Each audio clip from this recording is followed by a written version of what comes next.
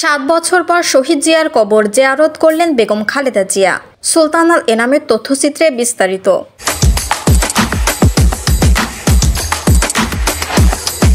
দীর্ঘ 7 বছর পর বিএনপির চেয়ারপারসন ও সাবেক প্রধানমন্ত্রী বেগম খালেদা জিয়া তার স্বামী, দলের প্রতিষ্ঠাতা ও সাবেক রাষ্ট্রপতি শহীদ জিয়াউর রহমানের কবর জিয়ারত করেছেন।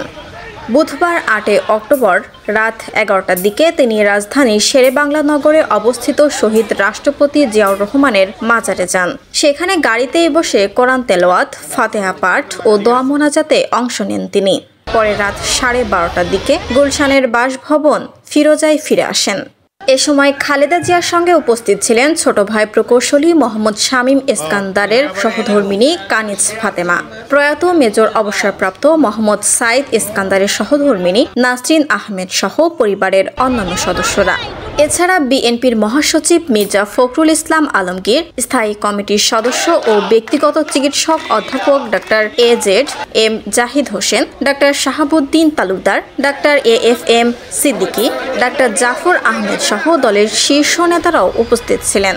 অধ্যাপক ডক্টর জাহিদ হোসেন জানান, রাতে খালেদা জিয়া স্বামীর কবর জিয়ারতের ইচ্ছা প্রকাশ করলে দ্রুত ব্যবস্থা নেওয়া হয় এবং বিষয়টি আইন শৃঙ্খলা বাহিনীকেও জানানো হয়। উল্লেখ্য, 2018 সালের ফেব্রুয়ারিতে কারাগারে যাওয়ার আগে সর্বশেষ তিনি জিয়াউর রহমানের কবর জিয়ারত করেছিলেন।